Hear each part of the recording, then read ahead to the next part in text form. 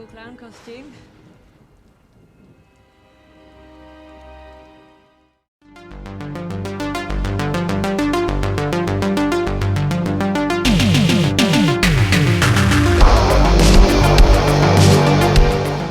Helloween!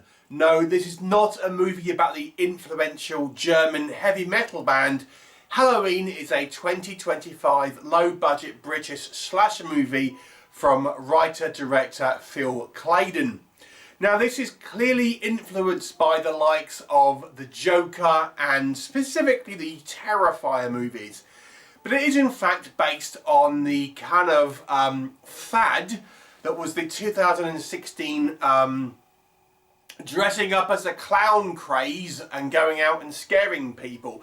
That happened more in America than it did here in the UK, but this is a British movie, but here you go. So it's inspired by that. So the story is that in the 90s there was this child killer who dressed up as a clown, has been put away, and he's been in psychiatric care for, you know, his life since then. And now in 2016, there is a rash of people dressed up as clowns and seemingly with the same makeup style that this kid had. And this kid is now grown up and is kind of like, they can't understand how he is influencing these people outside. And, you know, he has had no communication, things like this. And this killer clown is now has plans to escape and take revenge on those who he deemed have wronged him with his kind of cadre of acolytes. What will happen? You'll have to watch the movie and find out. So let's discuss. So what works in this movie's favour? I will say I think the idea of the movie being based on this kind of fad, this 2016 fad that happened, is a neat idea. I mean, it was kind of a bit of a flash in the pan moment in kind of pop culture, I suppose. But inevitably, I think there already has been certain films that have been based on this. So, you know, but I think it's a fair kind of like subject matter to kind of make an actual kind of horror film about.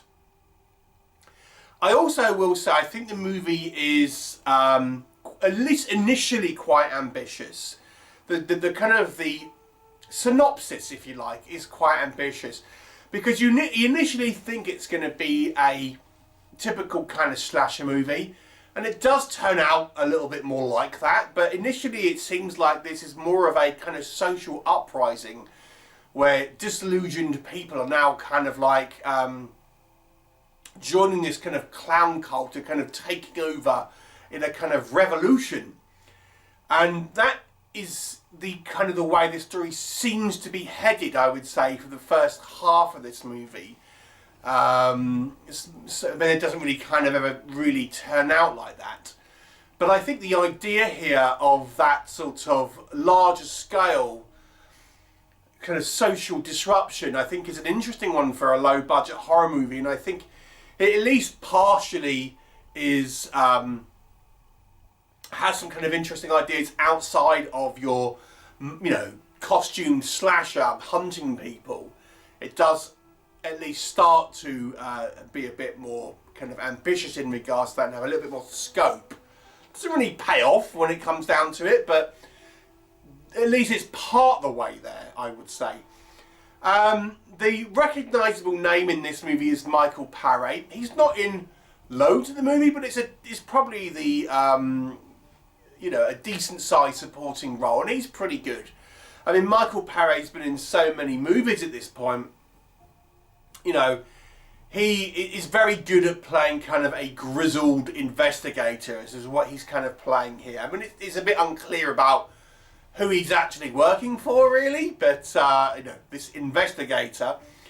But nonetheless, I kind of I thought his performance was actually kind of quite sort of gritty and grounded and kind of like gruff, and I kind of quite liked him when we kind of do see him. But he is more of a supporting role, albeit he's probably the most recognisable named actor here. Because this movie has this this kind of, these cultists, these acolytes, these followers. You know, it gives it this kind of, there are other elements out there that could be, you know, dangerous, other threats, other people who could come and cause you harm. So I've seen this movie kind of likened to The Purge, and that's, I suspect, where it's coming from. So again, it has a few kind of strands here that make it, you know, maybe a little bit more interesting in some respects than your typical kind of, you know, serial killer slasher style movie. There are some interesting kind of personal dynamics. Again, I don't think they're fully explored. The central character is this psychiatrist, this woman who has these two sort of late teen daughters, I guess, and early adult daughters, and one of them has got a bit of an inferiority complex, like she wasn't wanted. And again, it's something that's kind of introduced, and I think, oh, you know, it's an interesting kind of dynamic. I mean, they're kind of going out and they seemingly get on, but there's definitely some animosity there. Again, I never really feel it pays off, if I'm honest. So it's that there's the things that are introduced in this movie that I never feel are really fully explored. But again, there's some interesting sort of ideas here. And I think that's probably the best thing I can say, is the movie has some interesting ideas, but the execution and the payoffs is where this movie falls down. So let's talk about it. What doesn't work with this movie? And I'm staying with that. As I've kind of alluded to, I think the originality of the premise is somewhat lost in the second half of the movie, where it kind of ends up being like a Saw type film, where our main kind of clown, you know, is really focused on this psychiatrist and her two daughters, and the rest of the plan just seems to kind of like get forgotten about. You know, it's going to be this countrywide phenomena. We never really see any of that again, and instead we are in, you know, internal locations, going through different rooms with this, you know, this kind of small cast, and you know, she's tied up, she's got to make decisions and things like this, and this kind of clown is sort of psychologically torturing her and stuff, and you know, it ends up being a little bit like, oh, well, that was a little bit of a downturn in regard to the sort of the scope and the originality that was introduced in the kind of the first half of this movie.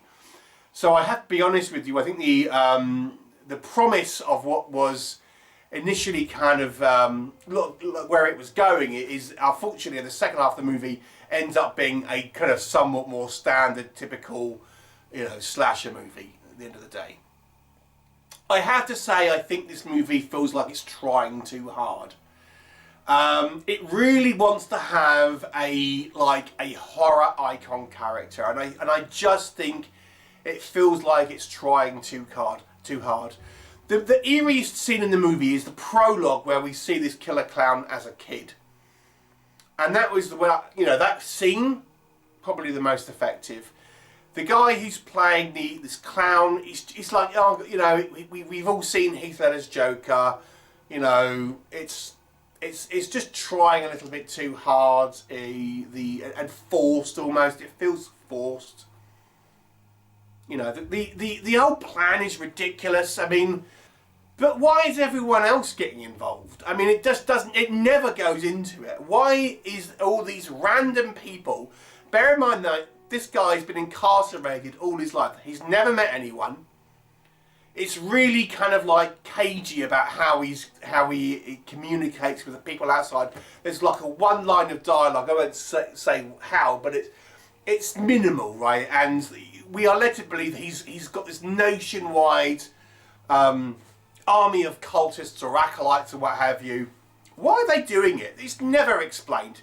You know, why get involved in it, and how has it gone uncovered? I mean, you would presume this would happen online, right? But how is this not been kind of seen by people, like authorities? Again, it's just never ever addressed. You know, who are these people that have got involved? It just never addresses it. Why? You know, I guess they're all crazy. You know, it's really lazy in regards to that. Great setup, poor execution.